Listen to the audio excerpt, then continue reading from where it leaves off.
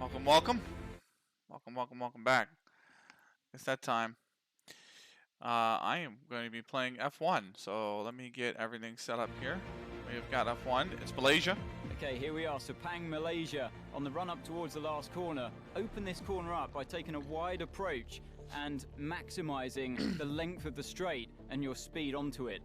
DRS is open and a big curves boost as well, past the start-finish line, the pits on your right-hand side. Now eyes to the left. You want to look out for those marker boards. 100-meter board, brake in a straight line and ease the car towards the apex. Down from 180 miles an hour into second gear, 50 miles an hour for the turn 2 as well. Don't let the car snap on you too much on the exit of turn 2 itself, and then wind the car around using DRS and a little curves boost as well up the hill towards turn 4. 100-meter board, late braking into this one, and don't use too much curb on the exit. That will really upset the balance of the car. Now towards turn 5, 155 minimum speed between these two corners, left and then right, and watch that exit curb as well. Turn 7, down through the gears, 2 gears down, the double apex right-hander of 7 and 8.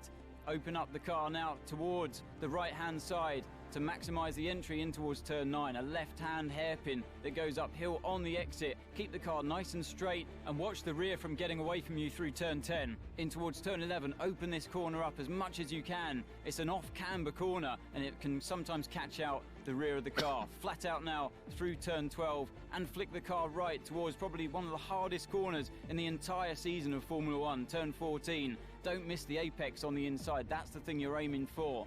And now a nice rest before the final corner. Bring the car to the right-hand side. Braking marker boards on the left-hand side. Don't lock up into this final corner. Very easy to do here, as it's off camber again on the exit. Not too much curb on that final corner, and the run down towards the start-finish straight once more. DRS again, and a final burst of curves.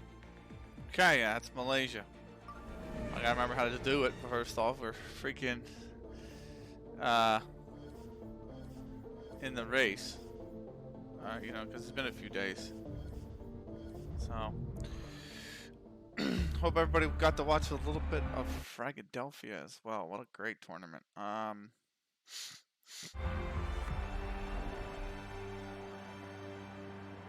I have the preview on? No, I have the preview off. That's good. So, Park Fermi, in effect, I have to start on the options. I'm gonna go on the prime in the medium stint.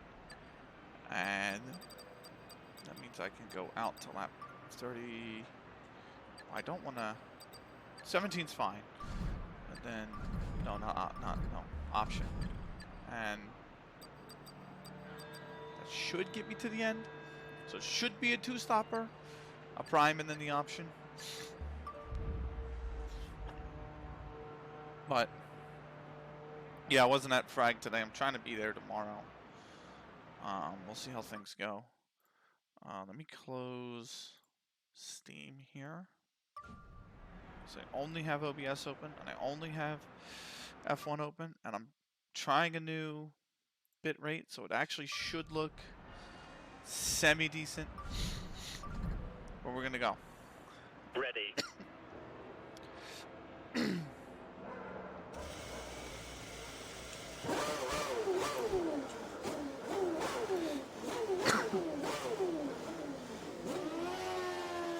Hope everybody enjoyed Frag, man.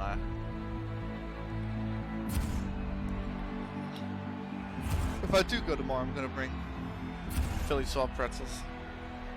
I'm gonna try to bring Philly soft pretzels.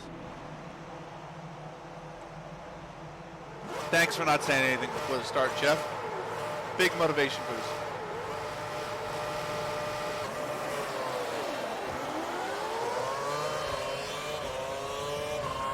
We're away well. I know that we are away well.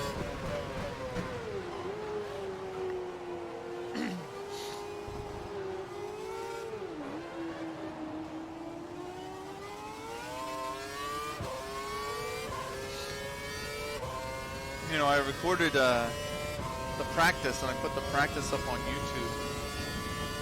And I didn't realize how incredibly low the... Oh, I've just had an absolute spin in the first turn because I went down too many gears. But I didn't realize how absolutely low the volume was. Like, so I upped it. You should be able to hear it a little bit more. I did up it since the last stream.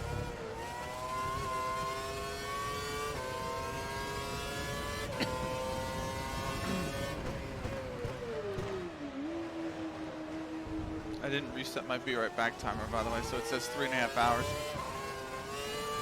I was supposed to have a race in F1 2021 tonight, and we got in. We got in. We did the practice session, actually the entire practice session, and then in the process of loading up the qualifying session,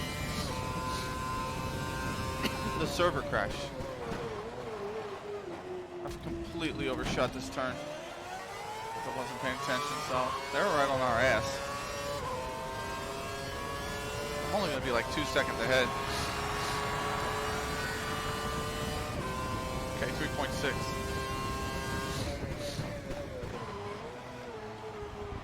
Again, I overshot the braking zone. That's terrible. We'll get used to this eventually. Maybe that's the problem. Maybe I'm coming fresh out of 2021 trying to play 2012. Well, yeah, the server crash. When the server crashes, it counts everything. Everything is a DNF, and it just skips to the next event. So we went from finishing practice and the server crashing to waiting on the Sochi race in 2 days' time. Oh boy.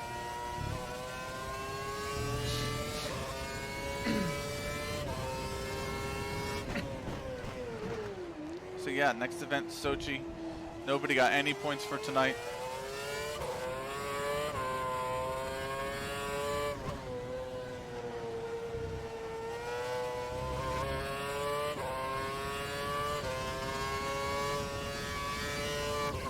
I felt bad.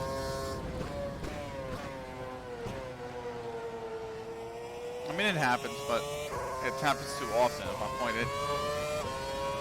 It's happened 4 times in 10 races, so it's not ideal.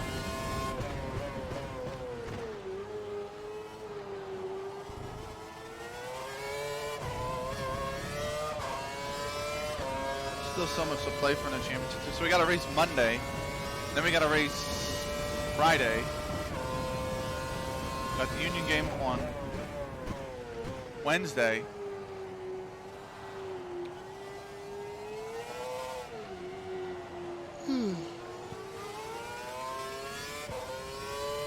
F1 2021 Podium Pass stuff starts again, I think Tuesday?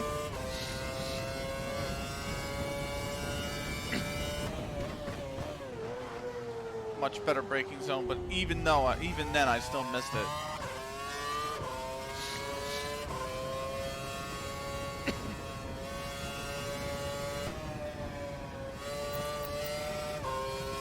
We have 7 additional laps of fuel on board because we ran the cautious fuel as well, so.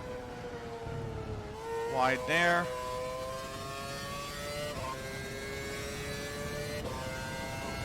At some point we'll be quick.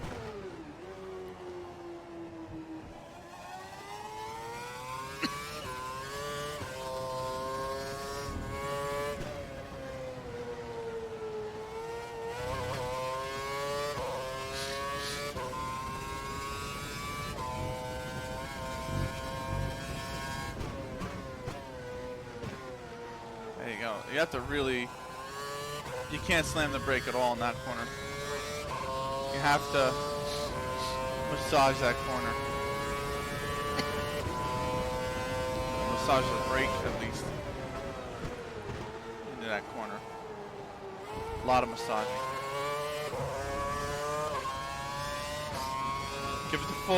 Give the corner the full spa treatment. I'm not talking the Belgian spa.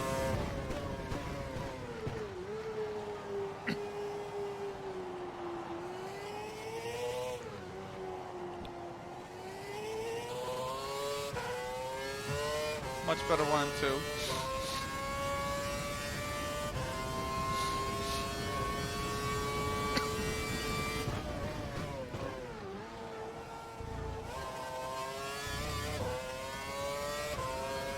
How we doing on stream quality, by the way? That's a big question. Not bad. Not bad. Okay. Okay. We forgot to advertise, actually. The stream.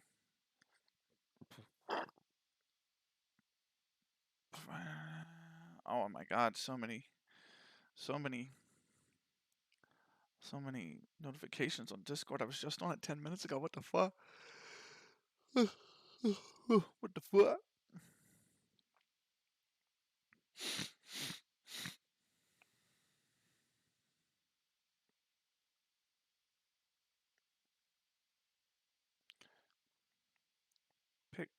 She's not live, is she? No.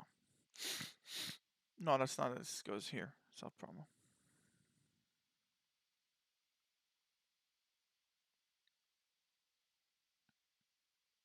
Oh my goodness me.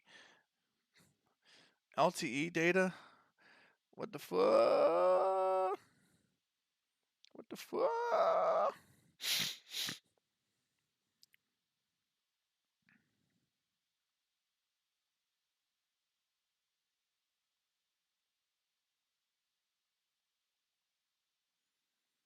Nah.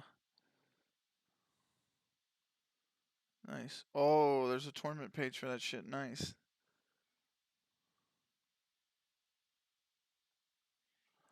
Racing.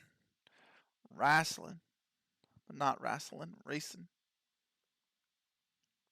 I think that's all the Discords. I wanted to hit it up, man. Hit it up. Hit it up. Hold on. Let me try that one. Racing.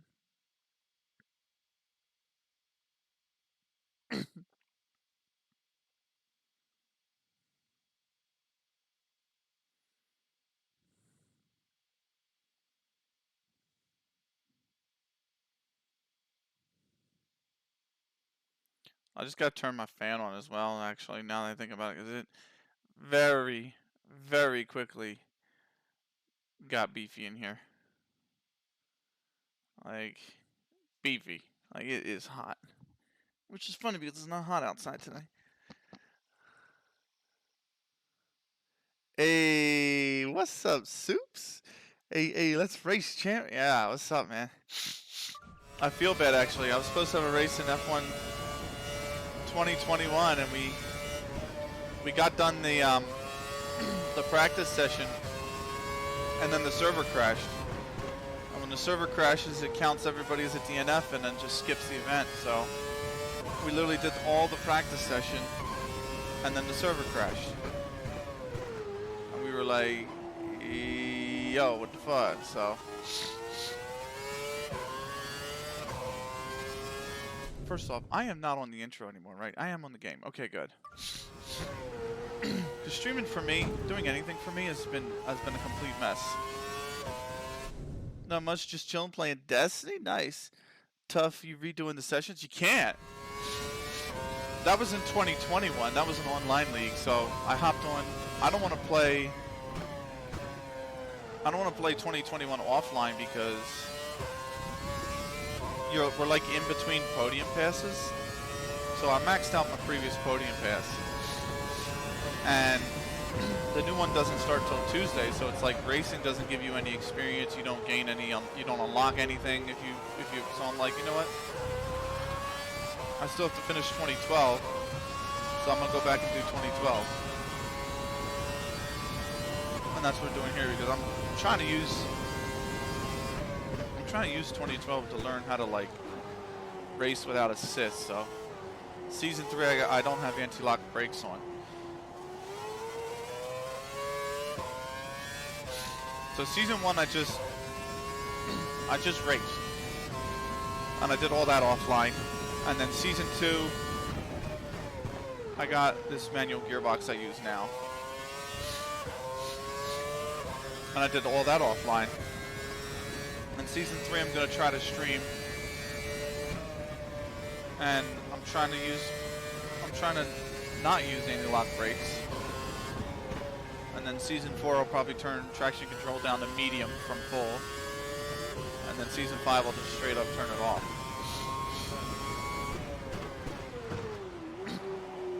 But you're going back and beating records, huh? I see you. Not even beating records, just trying to become a better racer. Because right now I am slow. In the new game, I'm about 108% from like the best racers. So the best racers time plus 108%. So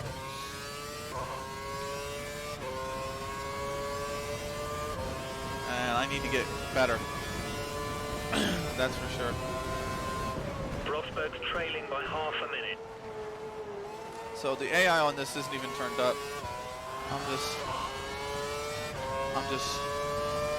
trying to get used to no anti-lock brakes, man. This shit's hard.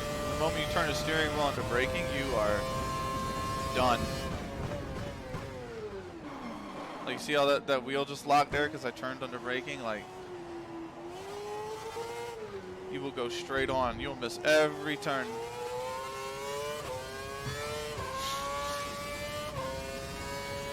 Well, how you been? You said you chilling in Destiny. What's new with you, man? Oh.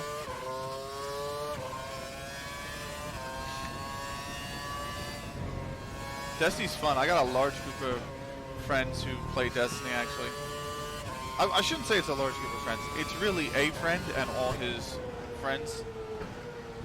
And they run a lot of Destiny raids. I know new content came out, so they've been bumping that Destiny.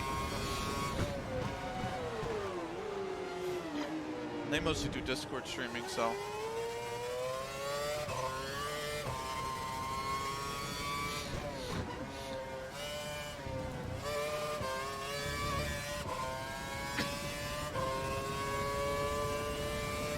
I forgot to look at the weather, but I think we have a dry race.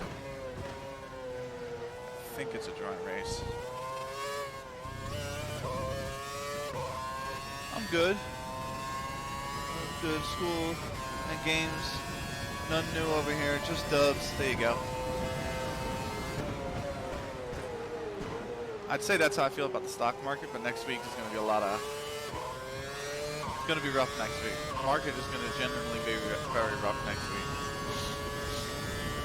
You play Destiny offline? I don't own it. No, I don't play Destiny at all. But I have watched them play Destiny. They run a lot of cool... There's a lot of cool content with Destiny. It would be, in a previous life, it would have been exactly the kind of game I would have probably vibed with, but I don't anymore.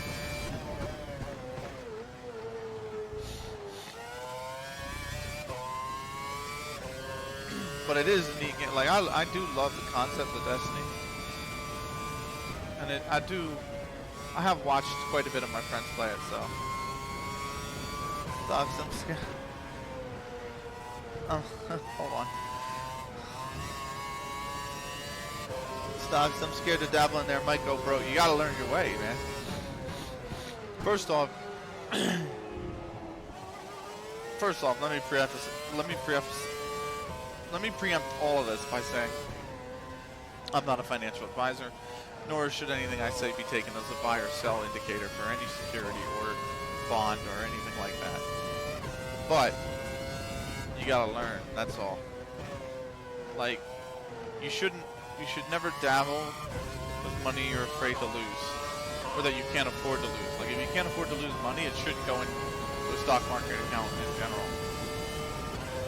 And then that's rule number one. Don't play with money you can't afford to lose. And then number two is you're gonna lose money when you first start because you gotta learn everything. But eventually you get there. It takes a lot of patience though, I know that. It takes a really... I've had to learn a lot of fucking patience, like way more than I usually have.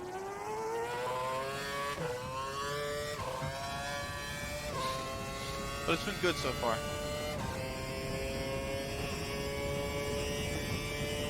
I just know next week is going to be rough. Oh, I just locked the tires at the wrong moment.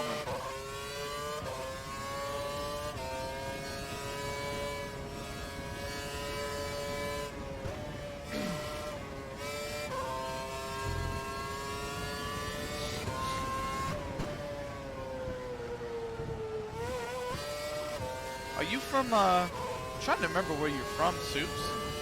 I want to say it's Salina Familia, but I'm not 100% on that.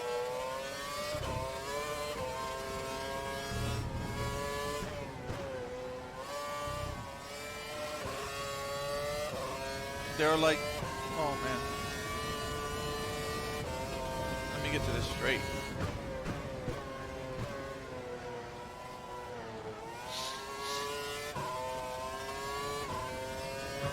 No, I'm asking where I know you from.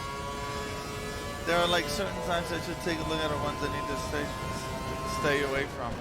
I mean, you should always, oh fuck, you should always do research on them. Oh, Shumi Stream, that's right. What the fuck am I talking about? God, I'm out of it today. I didn't even go to Philadelphia. I'm so out of it. I was gonna go. Try to pass them quickly. Oh my god, I am so out of it. That's right. I am sorry, Soups, man. I'm fucking stupid.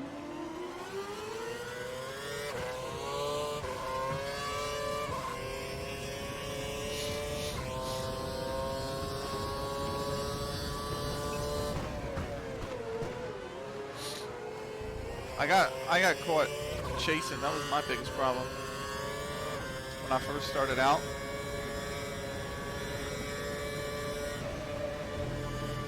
I got caught chasing, so.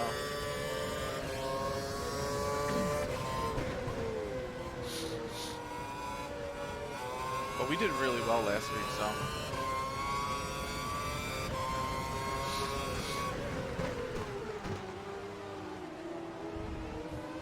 Nah, that's cool. I mostly move around in many streams, so I can be in multiple streams. Nice. I don't watch as much Twitch as I used to. I know that. I used to watch Twitch every freaking night, brother. Like every single night I would watch Twitch. I would say I watch Twitch maybe once a week now. I watch Twitch essentially when Shumi's streaming and I'm not going to bed. That's about when I watch Twitch. When I'm not playing a game and Shumi's streaming and I'm not going to bed. Once all three of those factors line up, that's when I watch Twitch.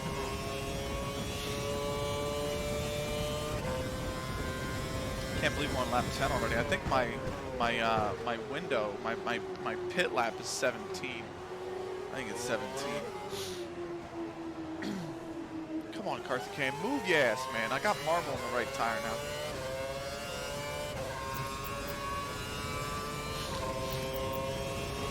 Yeah, lap 17.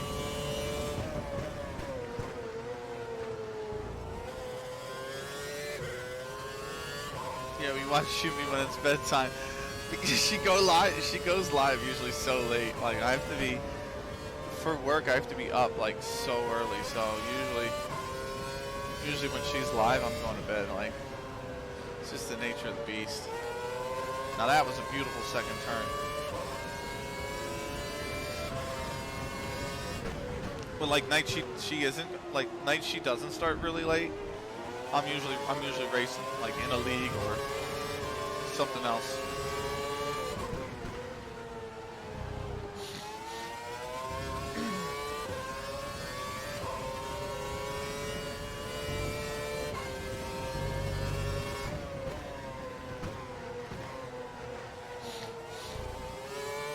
This league I'm in though is I don't want to say it's coming to a conclusion. You have about a minute on the car. But like it feels like need to be going so fast. It feels like I've been racing in it forever, even though it's only really been about 4 weeks. But we're through 10 races now. And I'm like, 10 races is usually like a good chunk of the calendar. And then I remember we still got 16 more freaking races. Like, the league I'm in has a long way to go. Slower traffic ahead. Be careful when I overtaking. broke way too They should let late. you I through. broke way too late.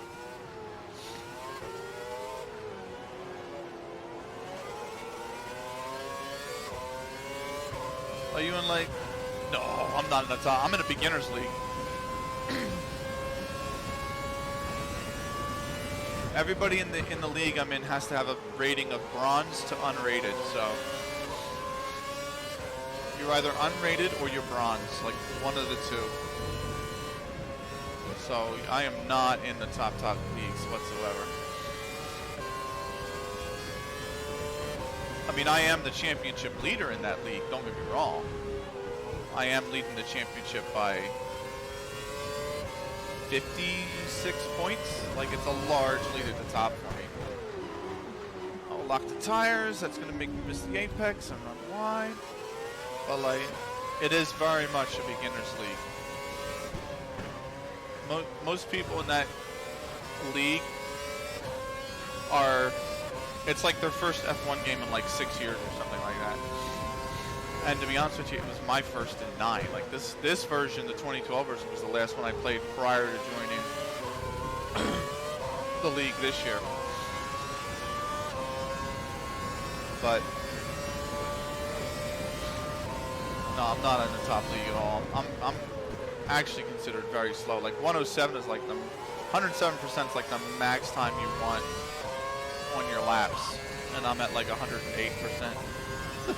So I'm not even like remotely good. But you are quicker once you can race without assists. Like you naturally get a lot of pace once you dump the assists. So that's what I am trying to do with these old versions of the game, is get comfortable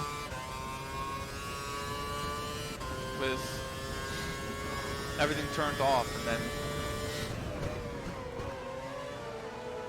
you know, maybe take it to the new game. I mean, there's dudes that have done like 59 seconds around the A1 ring in Austria, which is a blinding lap. And I think my best time at the A1 ring is like a 1:04. These guys are doing 59 seconds.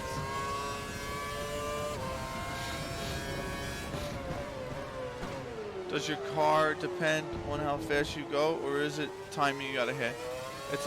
So in league play online, for example, Looking at the figures, we think that Rosberg will be stopping in you 3 run what's laps called time.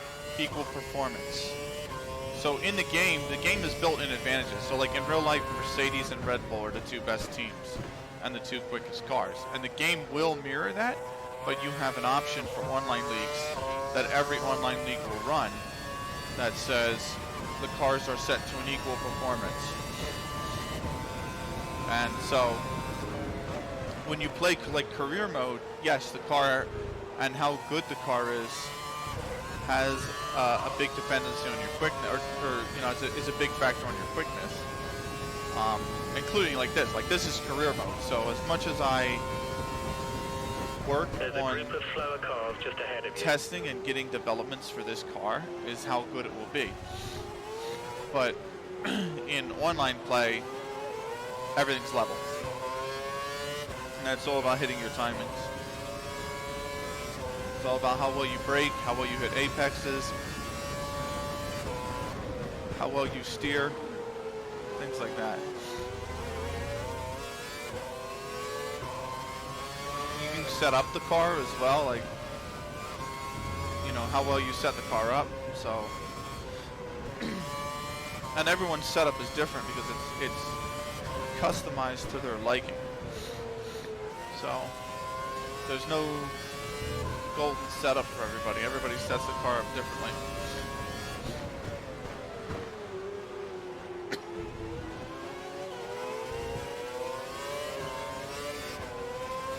But setup has a big factor on how your car performs. The gap between you and the car behind is increasing by a significant amount each lap. Good job. So,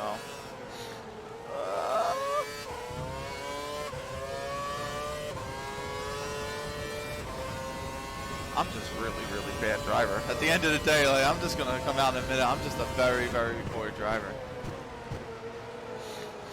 But we'll work on changing that. So, especially now since we're kind of taking a step back from CS.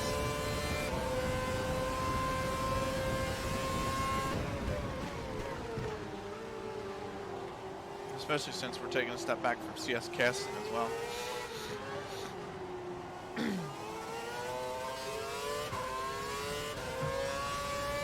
Can you customize your engine and brakes and all that? So you can customize your... Now in the new one you can't customize your gearbox, but in this one you could. In this game you can customize your gearbox. So I can choose how short or long any of my gears are, which you will need for different tracks. Like that front straight on this track, for example, is pretty long, so usually 7th gear is a longer gear. You customize your ride height, so how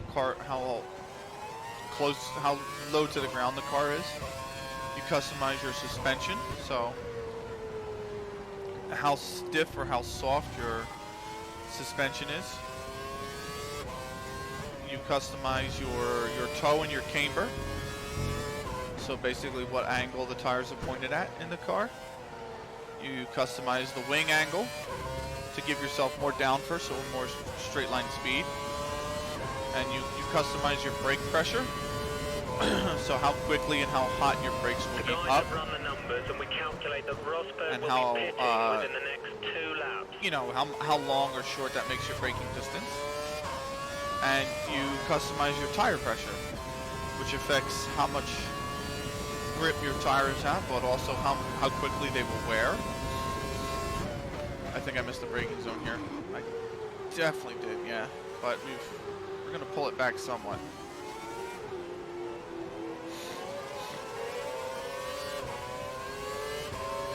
And then the last thing you customize is your fuel load.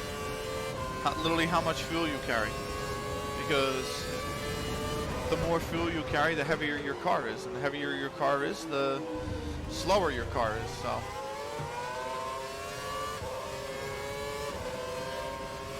But if you underfuel the car, you'll need to spend some laps, you know, saving fuel.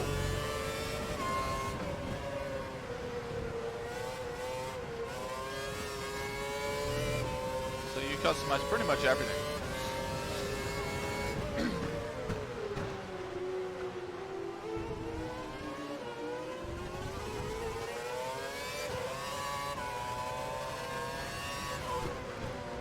I'm trying to think of what else you can customize, but I think that's it. I think that's it.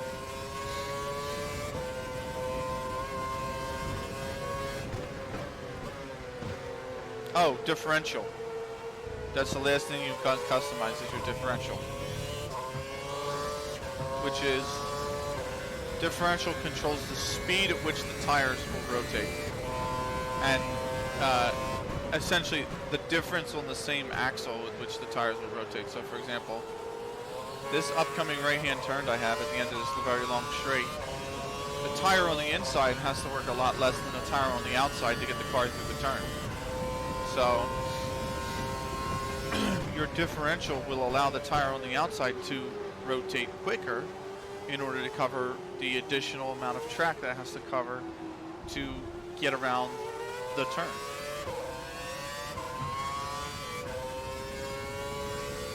And you can customize both the differential on brake, like while you're under braking, and the differential while you're not under braking.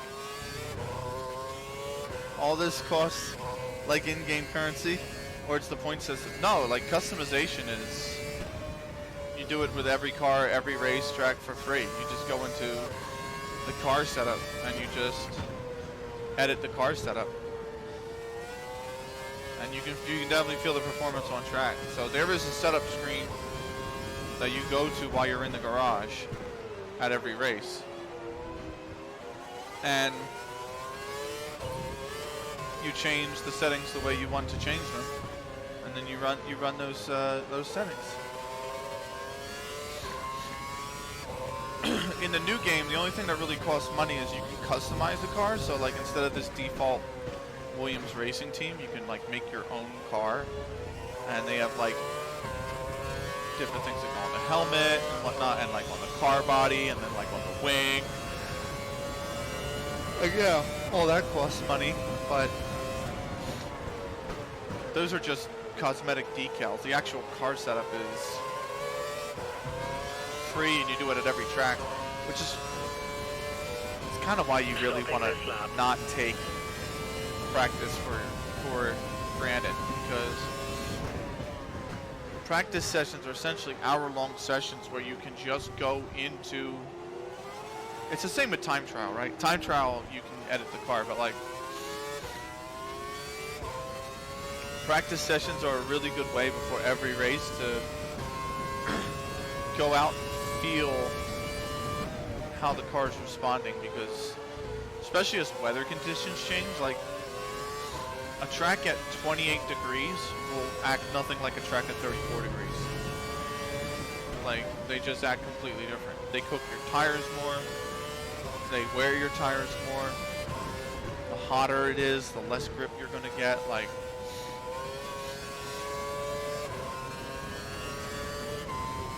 so you want to really take advantage of practice sessions. I try to run 20-30 laps every practice session and just get a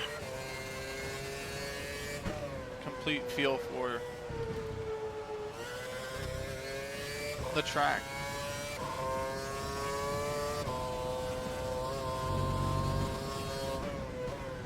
I also like to use it because I like to test how the car feels as you shed fuel. So like I like to do practice sessions and just dump like 30 laps of fuel into the car and then do like a 25 lap stint, because I'd like to get used to how the car handles. Oh fuck. Okay, well that's gonna be a rewind. And you only get 4 of them.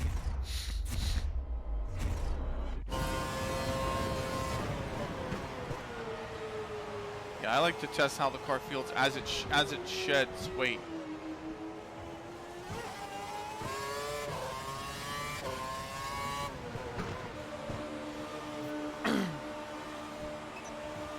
So this is the option tire that I'm coming off of. It'll be the prime tire next. So option tire coming off.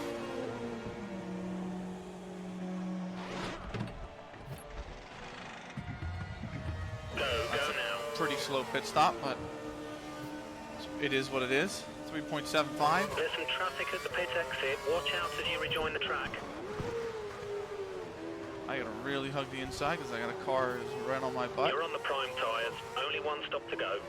So prime tire. It's a lot of things you can do. This game is interesting. There are like multiple games like this. Or is there only one? There's multiple games like this. So the F1 games run obviously Formula 1, right? You can only run Formula 1 cars. Now in the new series, like in 2021 version, you can run the Formula 2 cars as well, which is like the division below. But you have different games like Assetto Corsa, which will run. Assetto Corsa will run like IndyCar, NASCAR. Or not NASCAR, but stock car in general.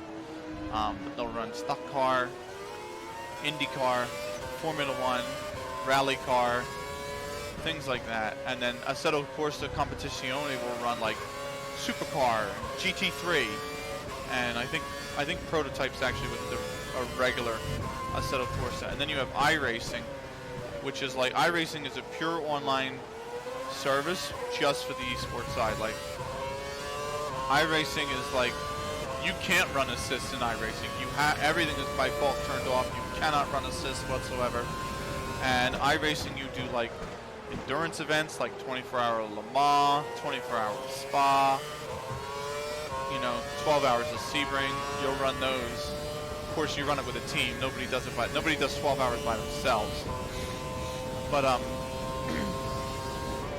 you'll run competitions like that. iRacing will do NASCAR, IndyCar, GT3, touring car, Super Cup.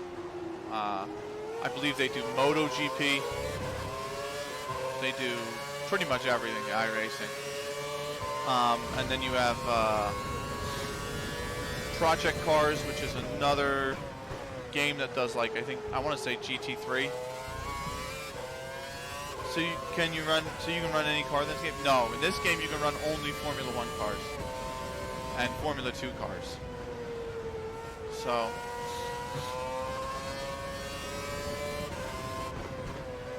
and that's what the game's billed as. It's the Formula 1 video game, so you can only run Formula 1 or Formula 2 cars. And you can only run the Formula 1 tracks as well. Like they don't race it. Formula 1 does not race at Mazda Raceway Laguna Seca. So if you wanna race at Laguna Seca, you have to have like iRacing or Assetto Corsa. Those games.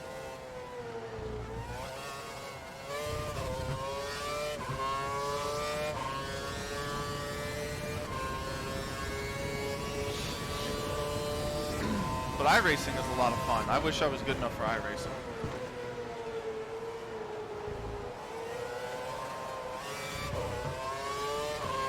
I watch Phil Bouchard. He's from the Able Esports team. Phil _ Bouchard, I think is his Twitch. Or something along that line. It might be like Phil _ Bouchard 23 or whatever his number is, right? But he does a lot of iRacing. And mainly endurance. He's an endurance racer, so he does a lot of endurance events. Rosberg, move. There you go.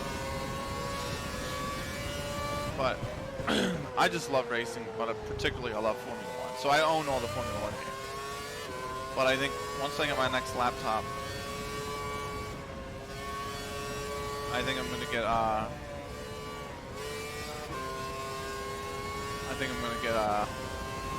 Assetto Corsa and Assetto Corsa Competizione.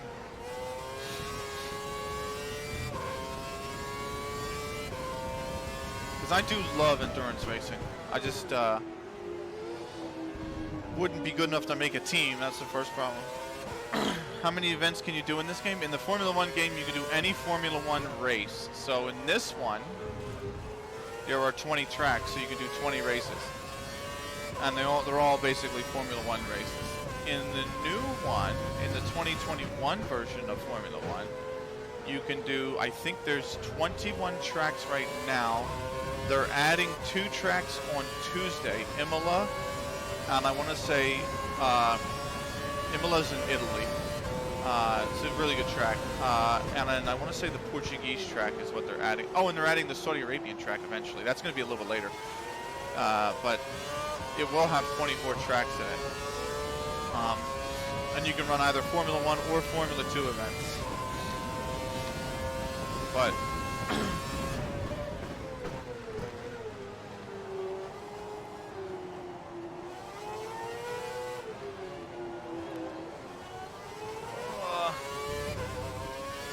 the only shitty thing is I can't stream the new game because it just demands too much on this PC.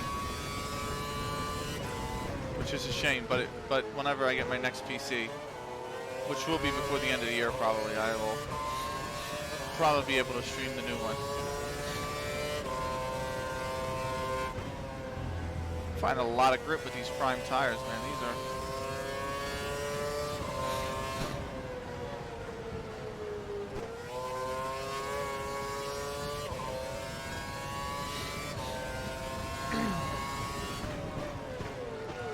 That's the other thing. There's a difference between the tire compounds as well. In Formula 1, there's a hard, a medium, and a soft compound tire. And the difference is the durability and the flexibility of the rubber in the tire. So how much does these type of games demand? This one doesn't demand anything, but this one's also 9 years old. I can find this out for you probably. Actually, this might not have a store page anymore because it's so old. I don't think it does. No, it does. So the 2012 version, the 2012 recommended settings were in a GTX 500 or an AMD HD 6000 series with an Intel Core i7 processor and 15 gigabyte hard drive space and 4 gigabytes of RAM. So it's not too bad. The 2021 version, let's load that. The 2021 version, the recommended is an NVIDIA GTX 1660 Ti or an AMD RX 590. And if you want ray tracing, which is your eye tracing technology, you need a Radeon RX 6800 or GeForce RTX 3070. You need 80 gigabytes of space and a minimum Intel Core i5 9600K or an AMD Ryzen 5 2600X. You also need 16 gigabytes of RAM, so way more demanding than this current one. So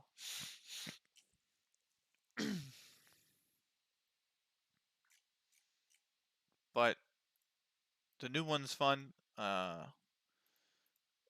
and even the old one's fun. I'm going to eventually get to a point where I run through all these old ones. So that's the goal. So your new PC will be like on the new game with high settings. Yeah, right now I run the new game with low settings. I run low settings on the 2021 version. So I have to. It just I get like on low settings, I'll get about anywhere from 50 to 60 frames. I gotta readjust the pedals, they just slipped there. But on the, I was looking at them the other day, and I found pretty good ones that were available for sale, so I will be getting one at the end of the year. It'll probably have a 30 series GTX in it, so like a 3060 or a 3070. It'll have one of the Intel probably 11,000 line processors and 32 to 64 gigs of RAM. And I'm going to try to also get at least a 2 terabyte hard drive because right now I have 500 gigs, and between Unreal Tournament, the new F1 game, and Counter-Strike, it's pretty much my entire PC. So, like right now I have about 50 gigs free of my 500. That's about it. Unreal Tournament's taken up, I think, 89 gigs. CS is taken up like, what, 20, 30? And the new F1 game's taken up another 80. This one's taken up, I think, 8. Like 10 maybe gigs max. So it's like, that's pretty much my whole, what is that, 160 plus, say the 35 from CS is what, 195? Plus 10 for this, it's like, yeah, it's like 210 gigs right there. So you can run low settings on every game, or only this one? Because I think CSGO doesn't demand much as well. I run low settings on CSGO. I run low settings on F1 2021. This one, F1 2012, I run on high because it's 9 years old and the PC can handle it. I run Unreal Tournament on high, but Unreal Tournament it's Unreal Tournament 2004. I mean, the game was released in 2004, so if a PC could not run a game that is 17 years old on high, you know what I mean? So that's on high. I mean, it shows you how old the game is. It's running Unreal Engine 2.5, like not even Unreal Engine 3, not even Unreal Engine 4, not even a new Unreal Engine 5. it's running Unreal Engine 2.5. So yeah, I can run Unreal Tournament on high, no problem. And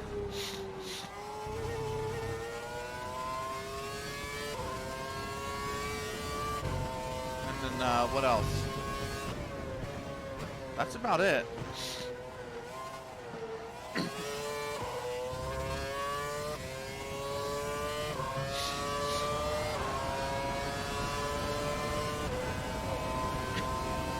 I mean, I think that's all I have really space for on the computer. I have a few other like really small games, but they're like less than 3 gigs, so I don't really necessarily worry about them.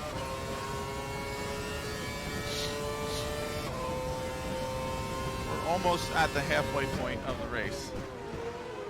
Oh, oh, oh.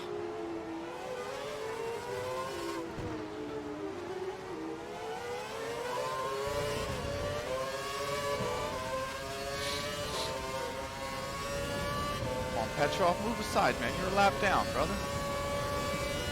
You got the blue flag. You need to be moving aside for blue flags.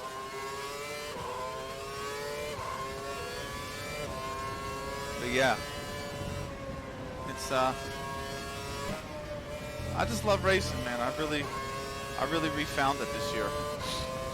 It's kind of been great. I refound Unreal Tournament a bit, and I refound this year, and I refound racing. So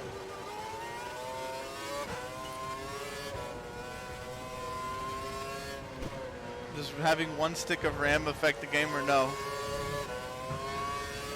I mean, and yes. How big is your stick of RAM? 4? 2?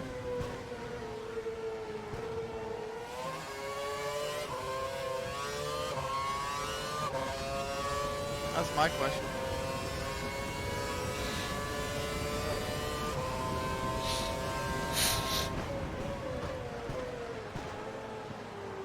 Yeah, I can't wait to get the new laptop. I'm gonna be an absolute beast of a laptop.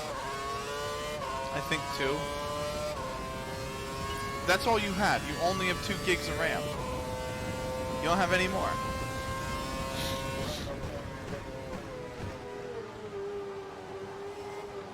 Like 2 is...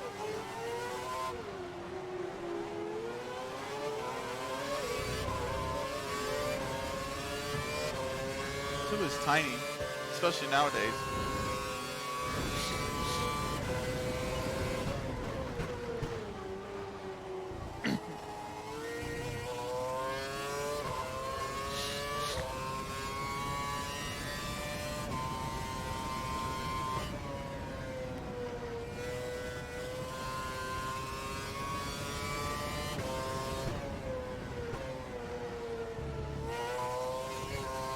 Not a good turn.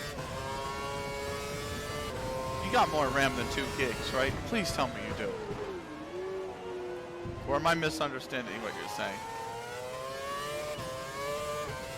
Wait, you have 4. You could probably run this game. I mean, this game's cheap too. Let me go back to the store real quick. Library, F1 2012, store page. This game is $6. How is this game? Oh. I don't think this game is available for purchase in the US anymore because it says buy F1 2012 and then in parentheses ROW, which means rest of the world. So the question is, what F1 games are still available? F1. Because you can go pretty far back. Games. 2012 says ROW. 2013, you can no longer buy. Period. But F1 2014 you can buy. Now I have F1 2013 because I bought it way back when. F1 2014 says you only need 4 gigs of RAM, so you should be good. You just checked? Nice. Nice. So, I haven't played F1 2014 yet, though. I'll get around to it, though. I'm going to play through them all. Eventually. So I'm on season 3 of 5 of this one. Once I finish career mode here, I'll move on to 2013. And once I finish 2013, I'll move on to 2014. And I'll balance that while playing the new one. I managed to get the podium pass in the new one maxed, which was difficult because you had to do 50 levels, and then you had to do your 5 prestige levels as well.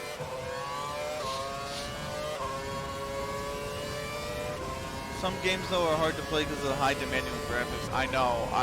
The new F1 game is very difficult to play because of the high demand. I also have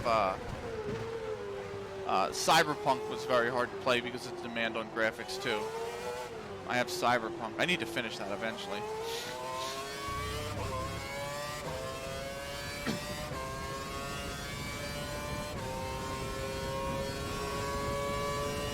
Cyberpunk was great though, from what I played of it. I mean, I watched the playthrough online, so I kind of know, but it's that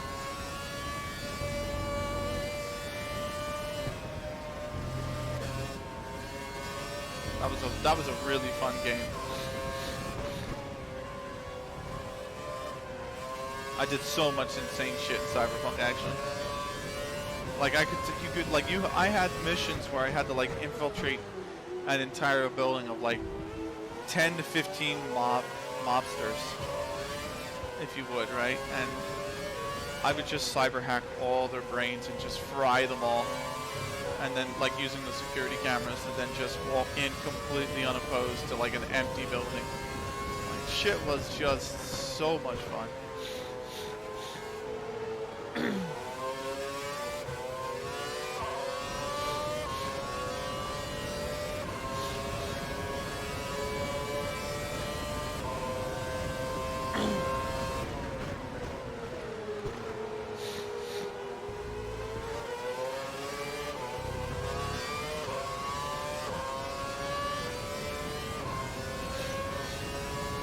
That really was a great game, I gotta admit.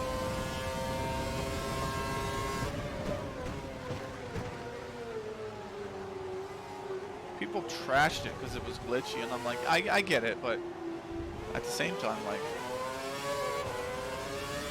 it was so much fun. You could just fuck around in that game, it was great.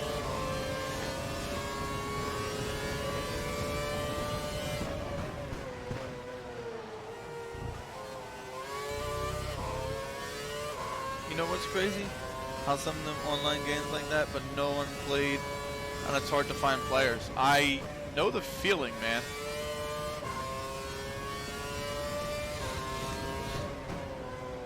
That game was online. You're right, like you could play that whole game online, I think.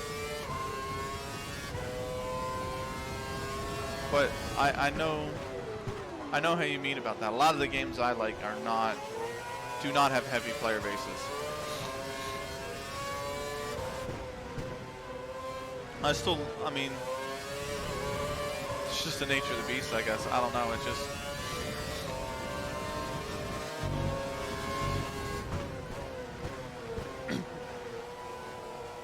I feel that way about Repels, but I don't really play Repels anymore. And I would say I feel that way about Blade and Soul, but I haven't picked up Blade and Soul in like 3 years.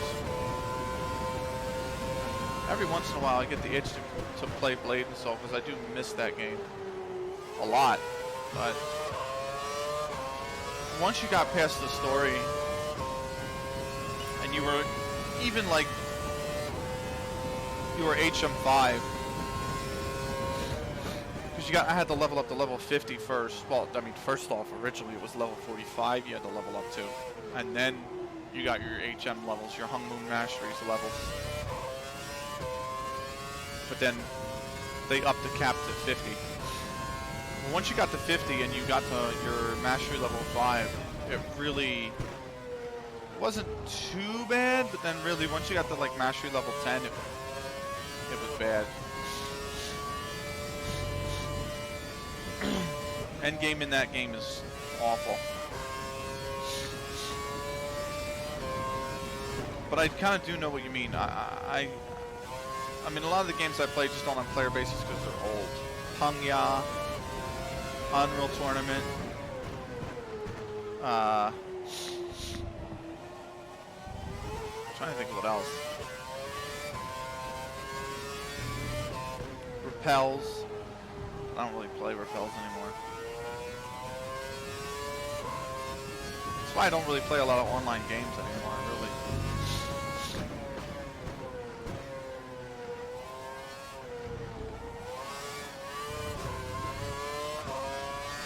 One of my favorite games from the last 5 years was Nier Automata, and that is not an online game. Oh, that was a beautiful game. Nier Automata was an unbelievably beautiful game.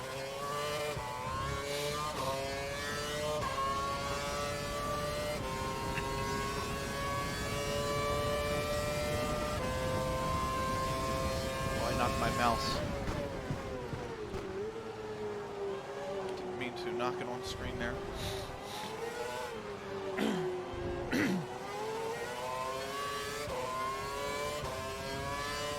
We are halfway through. I think our next pit is 39, so I got 10 more laps on these tires. Which I haven't really been racing too bad. Still got plus 7 laps of fuel on.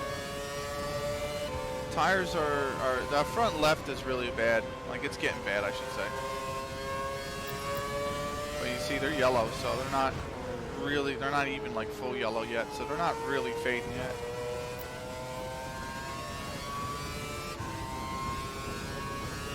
Yeah, like the game Anthem, it was good, but no one was feeling it. Like, what game?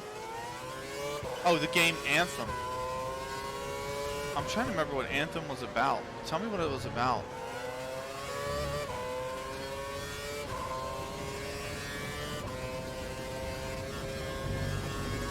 You know what game I feel like that would be like if I went back to play it? Halo Master Chief Edition. I feel like everybody would be playing the Halo 3, Halo 2, like, version of the online play. And I would be like, yo, let's play Halo 1 or something, you know what I mean? But Halo 2 was amazing. I can't blame them. Like, Halo 2 was just... Halo 2 is one of the first esports events I ever won. One of the first esports tournaments I won was in Halo 2.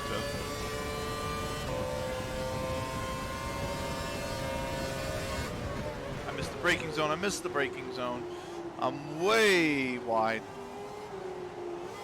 That's alright. I made it look like I just went on the outside of those cars. That's fine. It's like Destiny, but mixed with Halo. Nice. You know what's like that? Splitgate. Splitgate is like... Splitgate's like Halo mixed with Portal.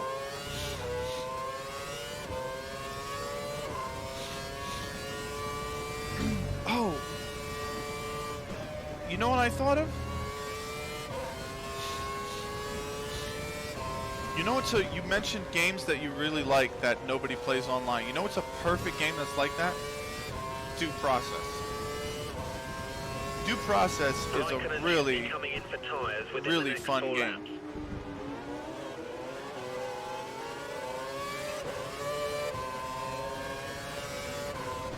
But there's not a very deep player base to Due Process. And they update weekly. Like, literally, they have had like 40 consecutive weeks of updates. Like, oh, I just slammed that car. Oh, he's off.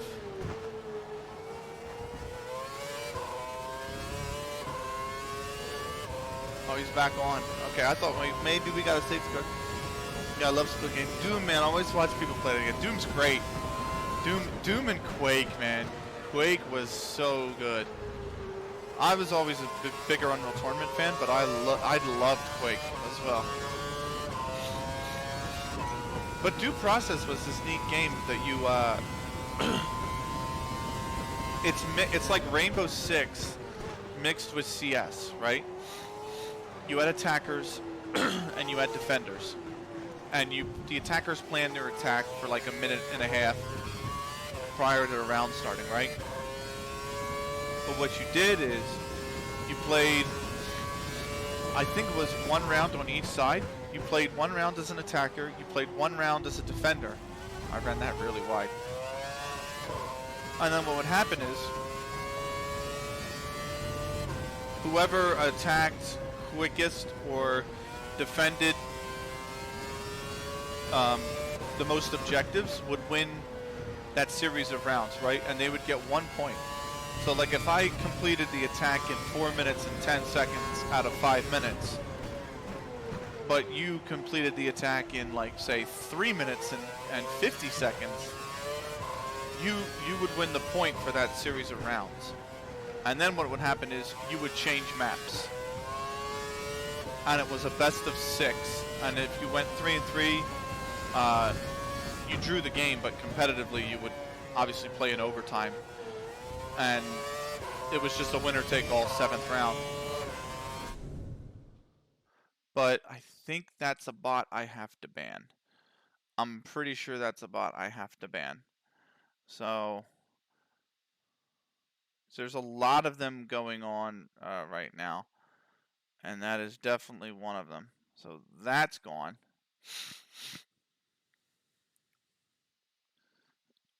By the way, thank you for the follow, Soups. But yeah, there's a lot of those bot Twitches going on, and like Twitch has done fucking nothing about them. So they sent one email like, "Here's how you can protect yourself. Turn yourself on emoji only chat." I'm like, I shouldn't have to do that. Your client should be safe enough for me to use, like, without the risk of any of these. Yeah, that's my point.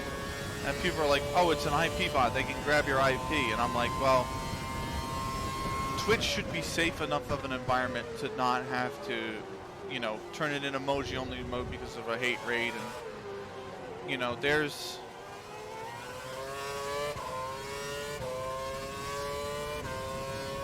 It's kind of weird how they do that. So I think what it does is, if you click on their name, or you go live while they're in your chat, it will grab your IP, and then it will sell that IP. It's like a data mining service. It sells that IP, and then that's how you get like spam phone calls and shit like that.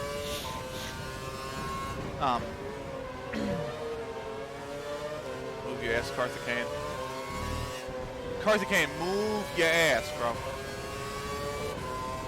But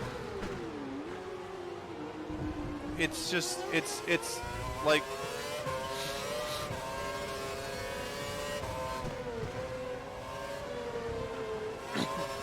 I don't know, it's just weird. I don't like it, and I don't like that we have to, it's like anything else, we have to dance around other people that Twitch cannot seem to keep in line with their community. Like, it's just... We think that Raikkonen will be stopping in 3 laps time. Raikkonen stopping in 3 laps time. It's like the hate rate stuff. People are like, well, if they say a bunch of shit in your chat while you're offline, and it's all like egregious, they can report your chat for being toxic. And using a VPN, I mean, you should always use a VPN. I don't always remember to use a VPN, but you should always use a VPN. But yeah, somebody was like, oh, if you get hate rated while you're offline, like, they could say a bunch of nasty stuff in your chat and then report your chat for not being moderated and stuff like that. And I'm like, Twitch would break their own rules of terms of service if they did that kind of shit. Like, they would break their own licensing agreement. Like,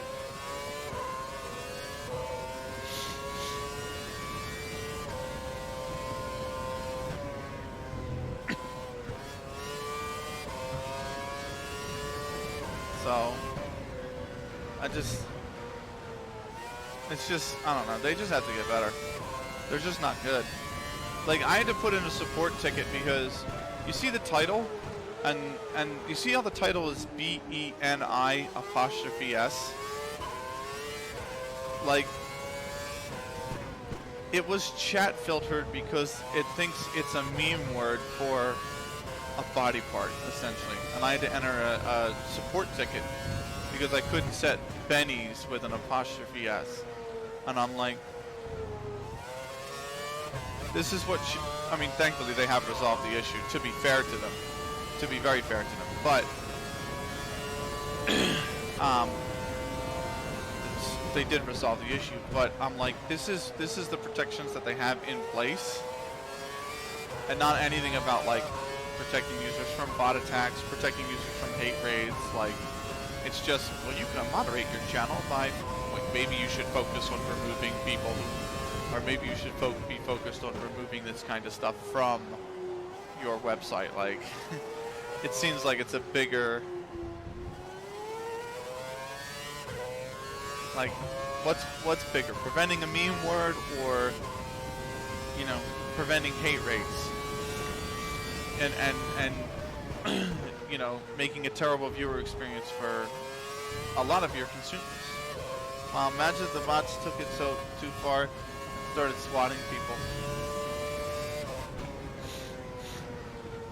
Yeah, let's not talk about that.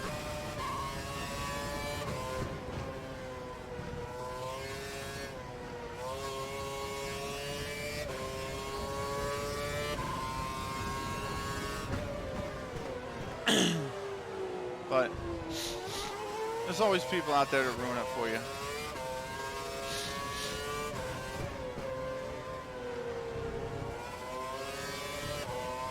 That was a really nice series of corners there. Woo, there you go. This is looking like a really good third sector, actually. That apex is so damn hard to hit. That turn 16 apex is just a nightmare. So that is a tough corner with the elevation change. 34 laps done.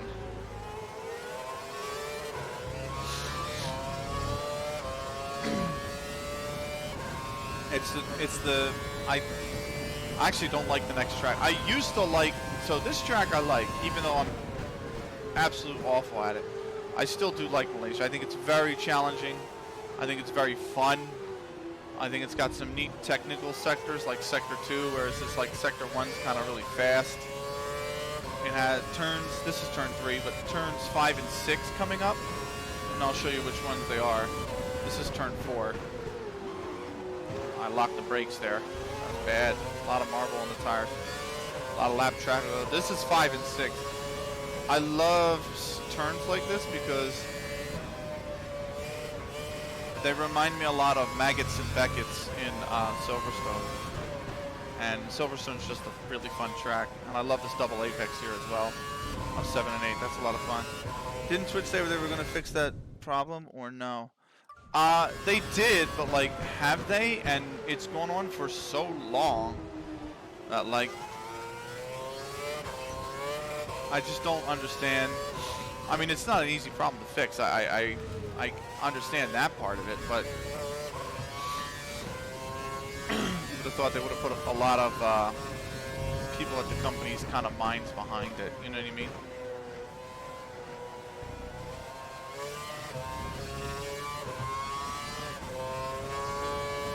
So if you hit a certain turn, you go faster. It's about how you hit the turn. So you have to hit the apex. The apex is the middle part of the turn. So the apex is like right there. And you want to hit the apex, actually a little bit before that, but the apex is the middle part of the turn.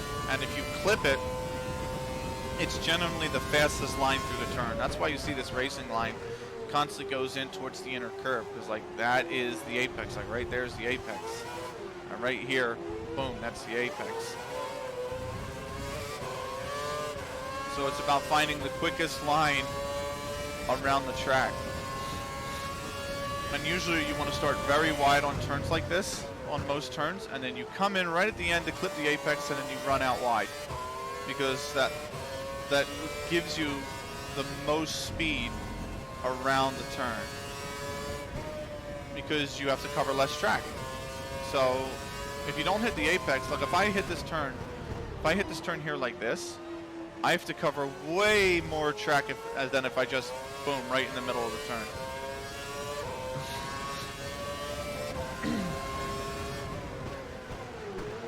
And it also means if I run the inside of a corner like here, and I just run this all the way around, I have to carry less speed, or I have to brake harder when I come up to the actual turns. And then, whereas if I run wide like this and then just come in for the apex, I can keep it very fast. I can try to keep it as fast as possible. So like, boom, there's the apex right there, and then you run wide. So you want to hit a turn too late, or you lock your tire. No, you lock your tire when you try to turn while you're braking. So if I brake like this, and then I try to turn, it's fine. But if I try to, and I'll try to lock it for you down here. I'll show you what I mean. Watch my the hands on the steering wheel.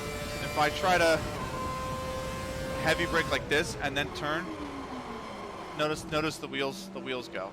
The wheels lock.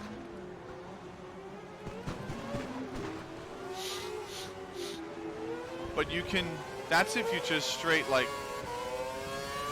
hard brake. That's why you want to ease into braking. Like you can hard brake like this, but then you have to let up completely and then go on the gas.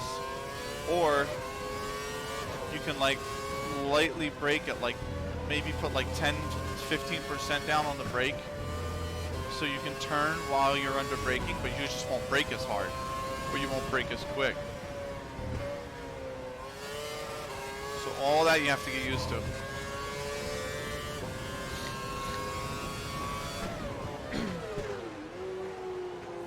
So like that's why they tell you, if you're gonna brake, like the corners like this, you want to brake. Corners like turn 16, which I'll show you, they require you to brake lightly. Like this is turn 16 coming up here. I don't hard brake it. I'm only on like 20%, so I let the car run. Of course, I hit the curb there, so the car wanted to spin. But the point is, if you're on a straight like this, it's very, very important that when you brake in a complete straight line. And then when you're done braking, you turn and get on the accelerator. You don't want to turn while you're under heavy braking. So it's about timing the turn and your car. Yes, that's exactly right.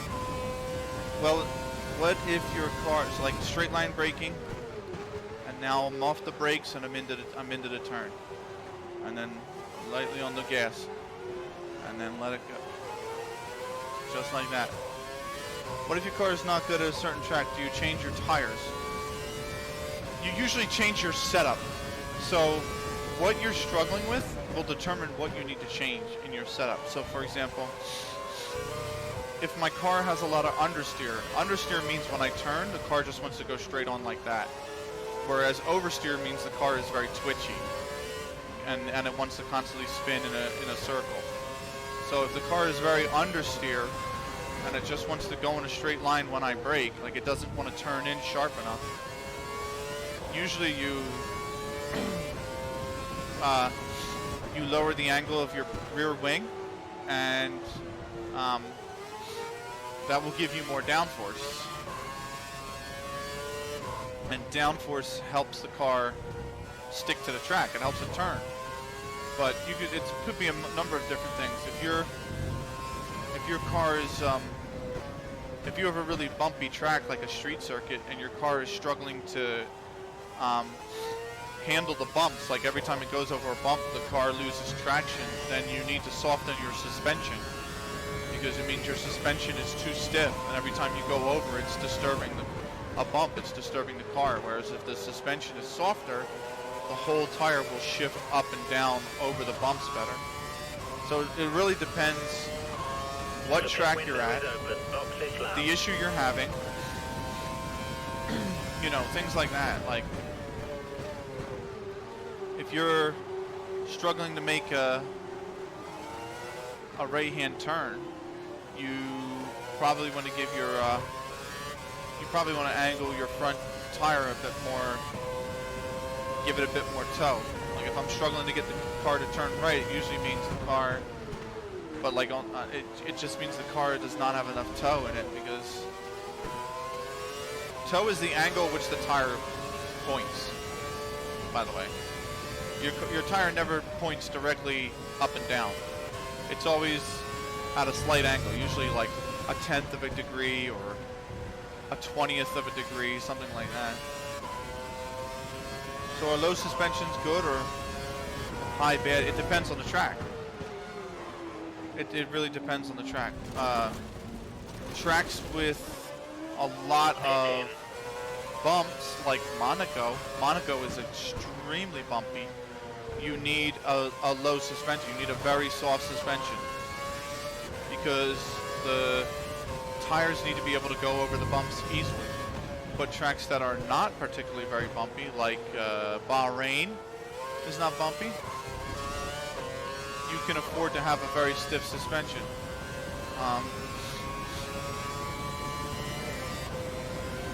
It really depends on the track you're at. Monza is another one. Monza is not terribly too bumpy, and it's usually very quick. So you want a very stiff suspension. It really, really depends on the track you're at.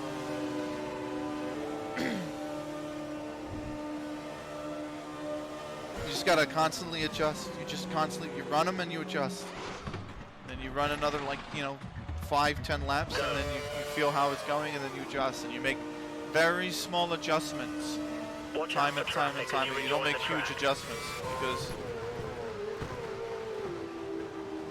you can't get a feel for it. No more scheduled pit stops, so look after your So tires. if my suspension stiffness is at like a 10, and I'm not handling bumps very well, I'll lower it to a 9.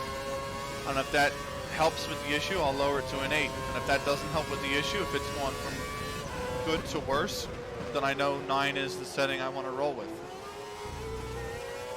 And you do that for everything. It takes laps upon laps upon laps to get a good setup right. So I'm back on the soft tire, and that should be my final pit stop. So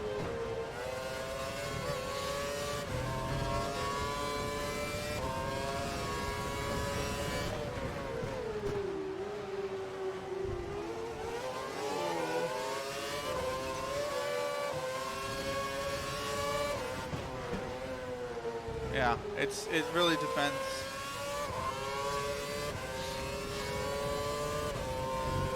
It's there's a lot of people out there who help with that kind of stuff too. Usually what I do, especially with a new game, is so you make a car and it's cool. Like you don't want to change nothing, but on a certain track you know it's bad. Will you be also able to still race with the other just as fast? You would adjust it. So you say your car setup is not specific to the car. It's specific to the track. So like, you will always you'll run one setup for Malaysia, and one setup for China, one setup for the US, and one setup for India, one setup for... The car never stays the same, track to track. You have a general awareness of what you want, like,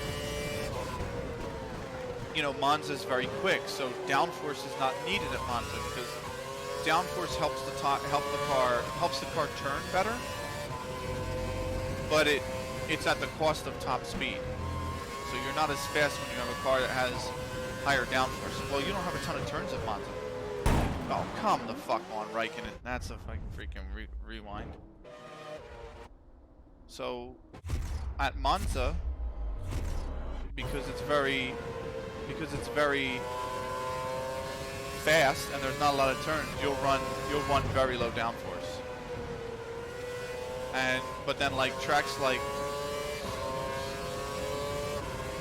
Korea, you need downforce because that second sector is really, really technical, and turns 4, 5, and 6 are 4, 5, and 6? 3, 4, and 5 I think are really tight, so you want downforce there.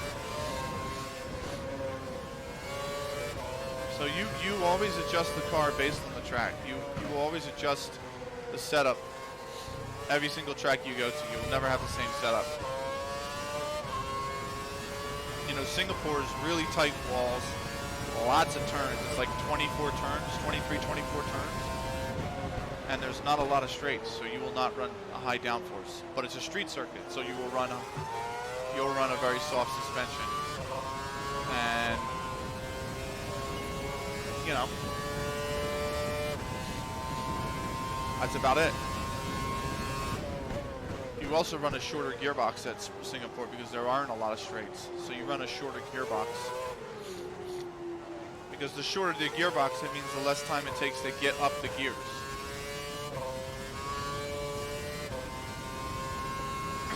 So, like China has a straight on the, China has a back straight that is extremely long. So you usually run 6th and 7th gear very high, very long gears, usually around that track. But then, like Monaco, there's no straights in Monaco. Monaco is, or Hungaroring is a very good one. Hungary, there are no straights in Hungary. There's one straight, it's not particularly very long. It's a very difficult track to overtake them. So you run a shorter gearbox. So it all depends. If you see my F1, my 2021 game, when I go into car setup, I literally have them named like Hungary dry, Hungary wet, Bahrain dry. I mean, it doesn't really rain in Bahrain, it's the desert, so just Bahrain dry. And it also depends on the car. So, like the Formula 2 car in F1 2021 will have a completely different setup. It acts nothing like the Formula 1 car. So you set that up with quite different.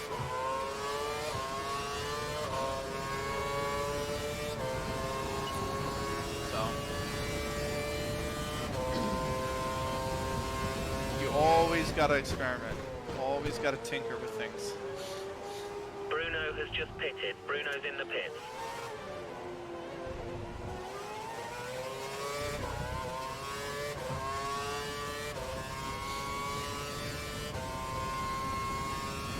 That's why I love racing, man. It's so different, and it's so, I don't know. Motorsport's just fun, man. Speed is fun. And there's a lot of physics and science behind racing that make me really, really, really appreciate it. Like, is there like a max amount of laps on each track? So I'm running the 100% race, so 100% distance mirrors the real life races. So Malaysia's 56 laps, or was 56 laps in real life. They don't race in Malaysia anymore, but when they did, it was a 56 lap race. So in game, it's 56 laps. Monaco is 76. You know, it varies for track there too, because different tracks are different lengths. Like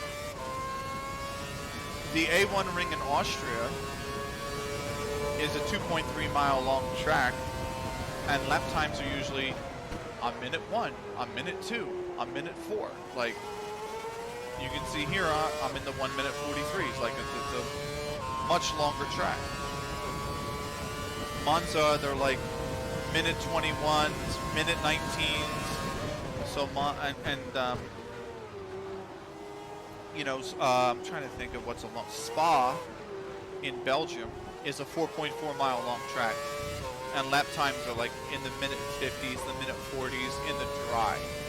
In the dry, they're like 1 minute 46 seconds, 1 minute 48 seconds, things like that. So they only run 44 laps in Spa.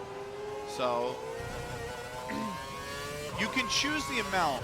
You can choose either a 3-lap race, a 5-lap race, a 25% distance, which whatever 56 divided by 4 is,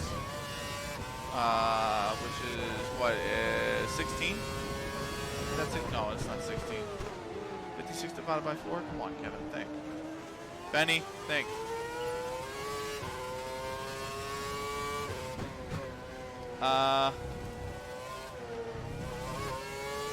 Yeah, that is 16. That can't be right. The math don't add up. I don't know. I'm not thinking. Maybe, oh, it's 14. You dumbass. It's 14. So I'm an idiot. So yeah, you can run 3-lap race, a 5-lap race. You can run 25% race, which is 14 laps. You can run a 50% race, which which is 28 laps, or you can run the full 100% race, which is 56 laps around Malaysia. So, yeah, I usually do 100% races for everything. My 2021 career mode is 100%. This career mode is 100%. I usually run 100% for everything. I even have NASCAR Heat 4, and even in the NASCAR Heat games, it's 100%. So like, even in the NASCAR games, like, I'll do 322 laps around Atlanta, like no problem. It's like a 4-hour race, but I'll do it. It's really like a 3.5 hour race, but I'll do it. So I usually always do 100% races. In esports, 50% is kind of the standard.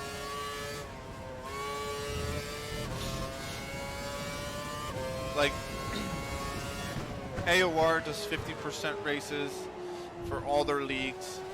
So like F1, F2, F3, F4, F5, F6, all the leagues in AOR. Assist leagues and main leagues. AOR is Apex Online Racing. They're an online tournament organizer essentially for the F1 game. But yeah, they'll do 50%. Everything's 50%. And a lot of F1 content creators like Tiamat Marduk and all that stuff, they do like career mode and stuff, and they upload those videos. They're 50%. 50% is kind of like the standard, but I've always done 100. I mean, going even way back to when I was playing like NASCAR 98 on the PlayStation 1, I would do 100% races.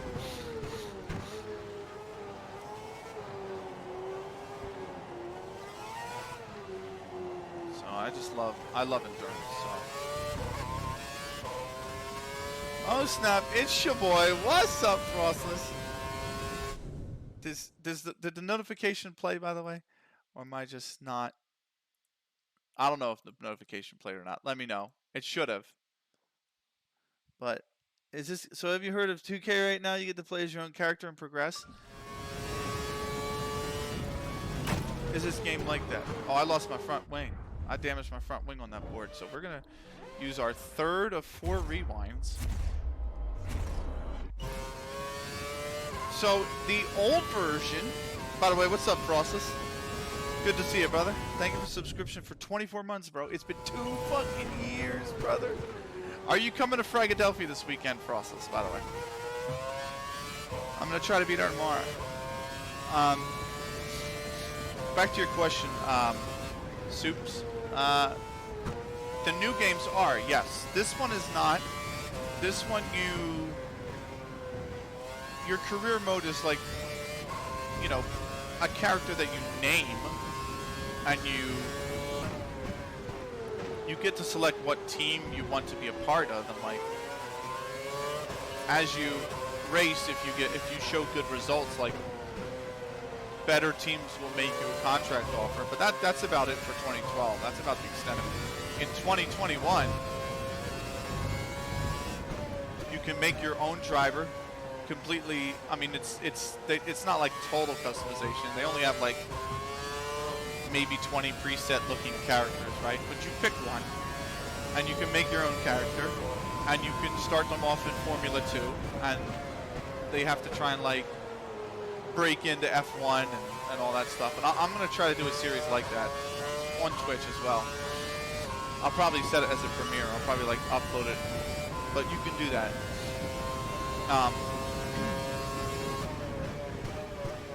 And also in F1 2020, you can make your own team. So let me go to a race director real quick to explain it. So you see where it says Team Williams, Team Lotus, Team Mercedes AMG, Team Red Bull.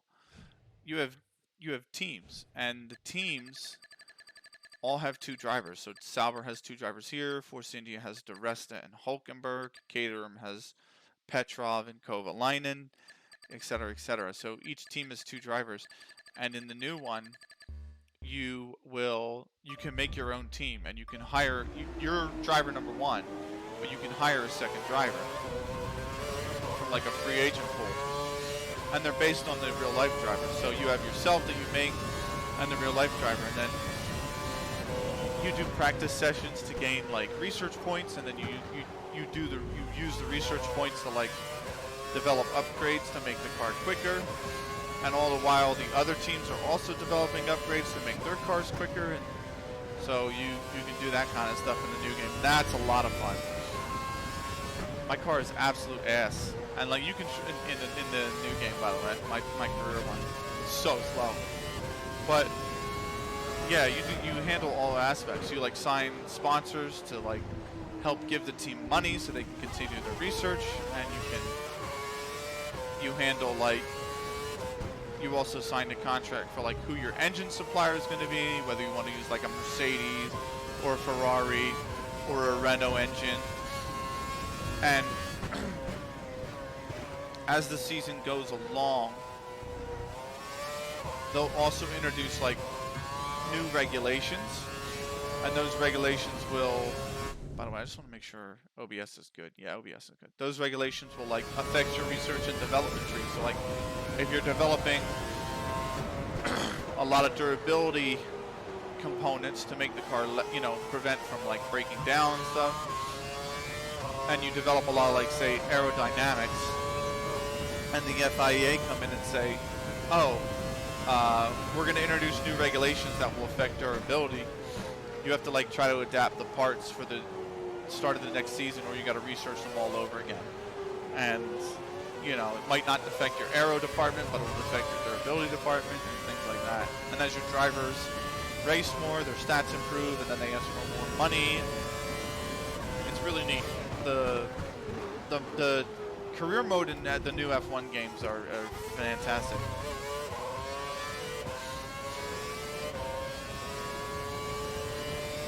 I'm gonna try to do the driver career and like stream that or upload that or something like that. The My Team I'm just gonna continue offline, but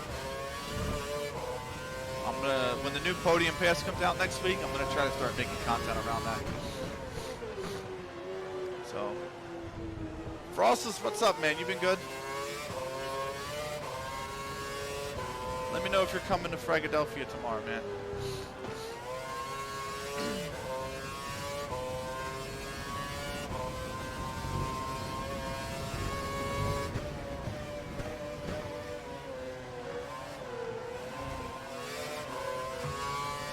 So it's like certain people that you want to, I wish I could go to Frag, but you gotta work, all that stuff.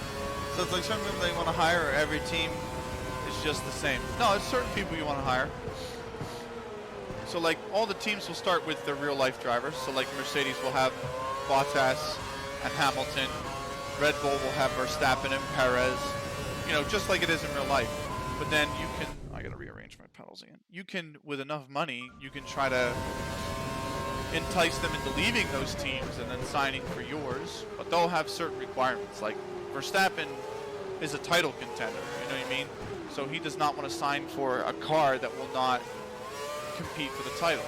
So you have to show like the car is good enough, you know what I mean, has good enough pace. Whereas for example, a Robert Schwartzman, who's down in Formula 2 right now, he doesn't care if your car is terrible, because he wants to race in Formula 1. So you're giving him the opportunity to do that. So he will sign a contract. He'll just say, show me the dotted line. You know what I mean? And he's a free agent. So you don't have to worry about you know, bidding with another team. But coincidentally, also drivers retire. So career mode in 2021 is 10 seasons long, and throughout those 10 seasons, like, drivers will retire, and spots become available at those teams they retire at. So then, like, you might go to a free agent like Dehen Darublaha, and you might be like, look, I'm gonna sign you. But then, like, Alfa Romeo might come along and be like, well, we have an open spot and we want to sign him. And then you have to start, like, bidding how much you're willing to spend on, like, a signing bonus to sign him. So it's kind of neat. the way they do career mode in the new games is very, very good. It's very good. I mean, this was, you gotta remember, Codemasters only started making games, I mean, really since 09, but really since like 10. 09 was for the Wii, like nobody cares about the Wii. But they really made games for like PC and Xbox and all that since 2010. So like this 2012 version is like a very bare bones version of that game, of the game. You know what I mean? Like it was a bit. This is actually considered one of the better games in the series because it was a huge improvement from what 2011 was.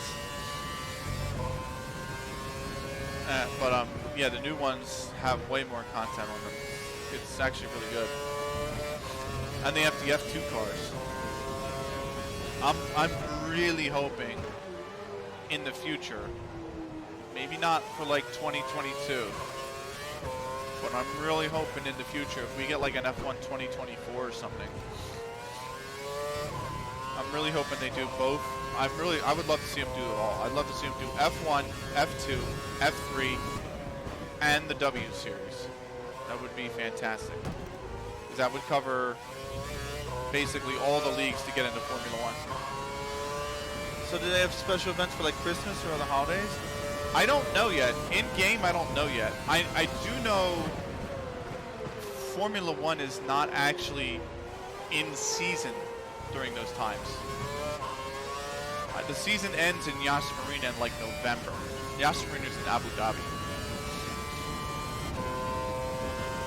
So they do like weekly leaderboards, and the winners earn like prizes.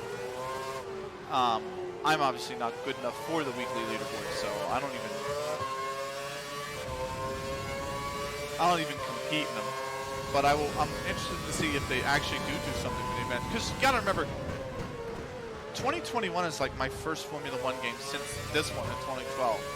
So for the last 9 years, I haven't played any of these games. So I actually honestly have no idea if they do anything for the holidays. It would be nice to see if they do.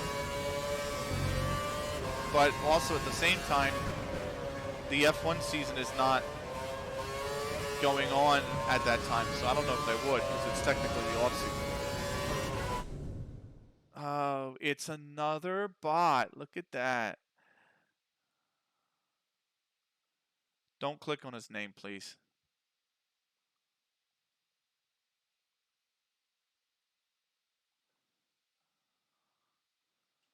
It's another bot. Like, you guys are terrible. And you caused me to miss my braking zone and run wide.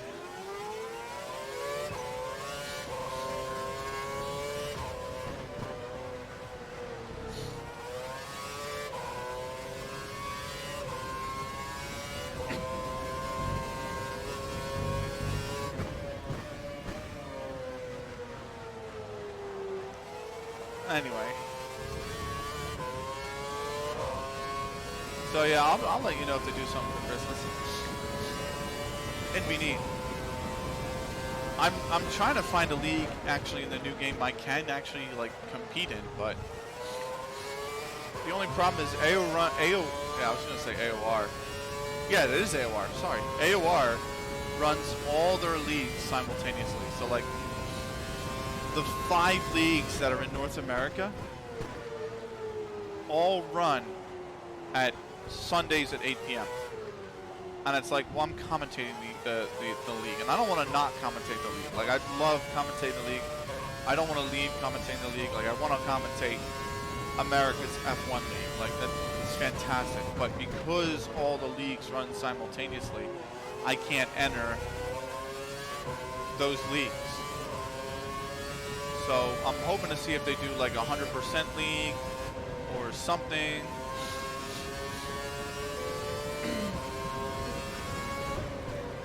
Because I would love to do that. I actually have a crazy idea for a league that I ran seasons. I mean, we're talking, I ran this league 10 years ago. And I would love to bring it back, but I asked one of the people back at AOR if they think it would be a neat idea.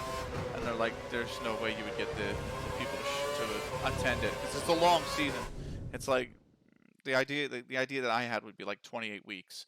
and it wouldn't be consecutive. You would take time off for like obviously Christmas, New Year's, Eid, Easter, like all Ramadan, all that stuff. But so they have tournaments you can win real money for, like at the top of the leaderboard or something, or is it something else? So F1 does not have.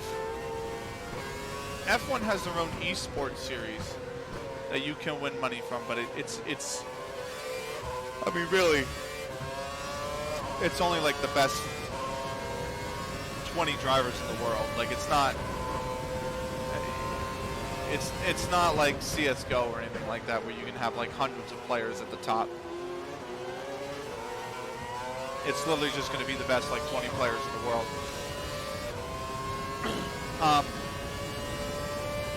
There are independent tournament organizers like AOR who run their own league system. And I think the way AOR runs their own league system is phenomenal. I think it's great. I think they're really have nailed it. But they do not run, they're not for money. They're literally just for the thrill of competition. And a lot of other leagues that do run F1, a lot of other tournament organizers, I should say, that do run F1 leagues also do not do it for money. So the independent leagues that are run for this game genuinely do not pay money. They are literally just for fun. There's really no money in sim racing right now. There is if you're like into iRacing. But if you don't do iRacing, you really don't race for money.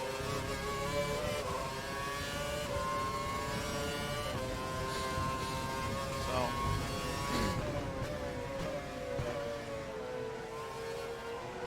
which is a shame, but sim racing is starting to grow in popularity. So I mean, back when I raced, it was popular, but it wasn't.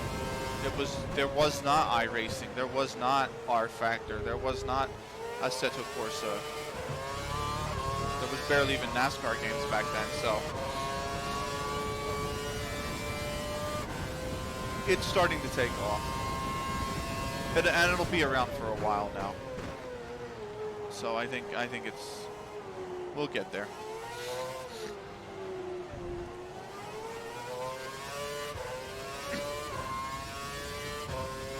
Yeah, I'd love to run a league. The idea that I have, I think, is really unique, really great, and I think we could run it for money.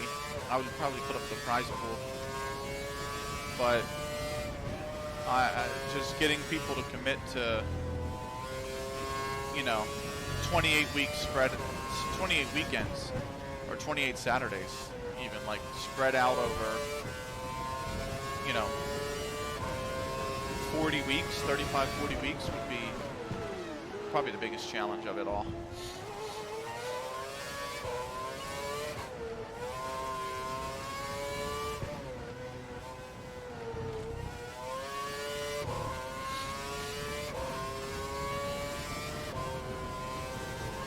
I think it can work.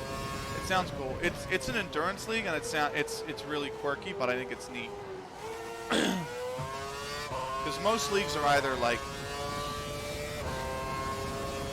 99% of leagues are run the exact same way in the F1 game at least, right?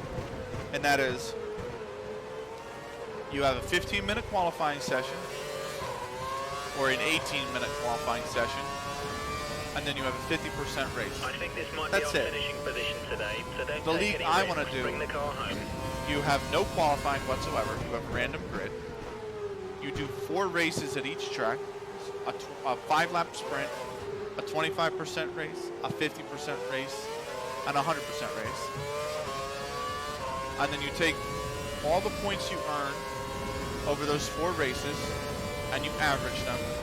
So if you win 40 points over the course of those 4 races, you average 10 points. Those 10 points go towards your standing, and then you move on to the next track. And you do 2 races at each track each weekend. So like weekend 1 will be Bahrain, and you do the 5-lap race, and you do the 100% race. and it will take 2.5 hours. And then the next weekend you do a 25% race, and you do a 50% race, and that will take about 2 hours.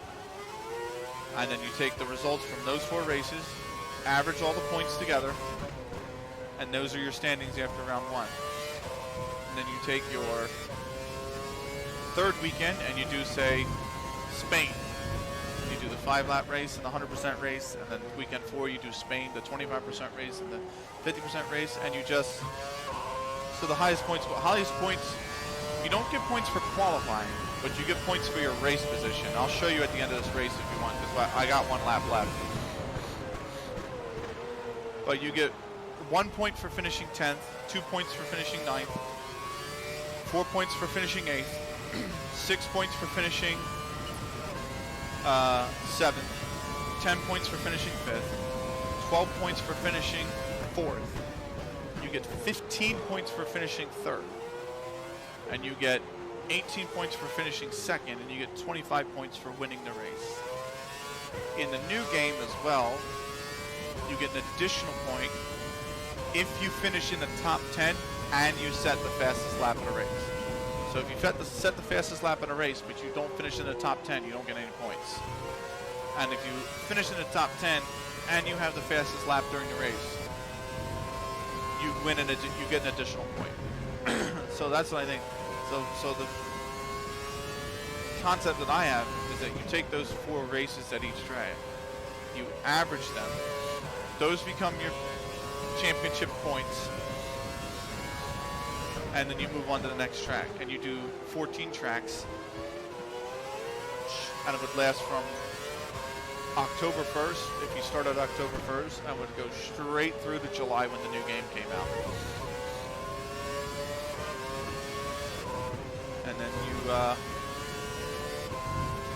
the player with the highest points at the end of the season always wins the championship. That happens in AOR, that happens every day. But yeah, so it's a really long season, but and if you have a bad starting position in, say, the 5-lap race, but you can make it up in the 100% race, like all that will average out over time. That's the race. Bam! Teammate finished 15th. He didn't score any points, which is a shame. Fucking Bruno Senna. So I got 25 points. Kimi Räikkönen in the Lotus finishes 2nd. He's got 18. Double pole and the win. Nico Rosberg finishes 3rd. He's got 15. Weber finishes 4th on 12. Roman Grosjean gets 10 points towards the championship. Sebastian Vettel with Red Bull Racing gets 8 points. So I noticed that you hit another player, or do other players try to hit others off to win? No, you get a penalty if you hit another player. I used a rewind. So you get rewinds. You get a limited number in the 2012 game. But in offline mode, you get a rewind. So if you make a mistake, you can rewind back to before you made that mistake, and then you can try again. But genuinely, if you make contact with another player, you will get a penalty. And it will be like, it could be anything from like a drive-through penalty where you have to come in and just drive through the pits. It can be a stop-go penalty, which means next time you come into pit, you have to wait 10 seconds before they can work on the car. Or it can just be a straight-up time penalty that's added to your time at the end of the race. So there they are. No DNFs this time. We had a lot of DNFs last season. So here's the standings, 50 points. You remain top of the Drivers' Championship. You're Hamilton and Räikkönen and Weber all have 24. And then Schumacher and Vettel have 16. Rosberg is a point behind them on 15. Button and Grosjean a point behind them on 14. And then Alonso has 2. Kayumi Kobayashi has 2. Perez has 1. Nobody else has scored points yet. And then in the Constructors of the Team Championship, we take the lead. 50 points. We were in 2nd place, I think, at the end of the race 1. We were 3 points, or I think like a point back or something. So we're in the lead. What is the negative numbers mean? No, that's the gap. No, that's the gap. So like Red Bull has 40 points. Red Bull has 40 points. We have 50 points. The gap to us is 10 points. And then Lotus has 38 points. We have 50, so the gap to us is 12 points. And the same with McLaren. Mercedes is 31, so the gap to us is 19. So they're 10 points back, they're 12 points back, they're 12 points back, they're 19 points back, etc., etc., etc. So nobody else. I expect Force India to score points before the end of the season. Toro Rosso probably will score a point or two before the end of the season. We'll see. Caterham might come through. It's early days. But we are at the top. Williams F1 is at the top, 50 points. Red Bull's got 40. They're only 10 back. Lotus has got 38. That's a really good showing from Lotus, actually, to be third already. McLaren's got 4th. Mercedes is 31. And then Sauber's got 3. Ferrari's got 2. Ferrari on 2 is a big shot. And then Force India is in 8th. Caterham's in 9th. HRT is in 10th. Toro Rosso is in 11th. Mercer's in 12th. And all of them can get a score.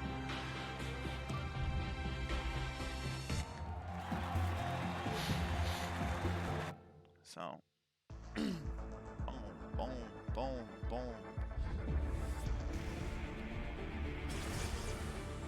Nice, ranked up to 28 in this game.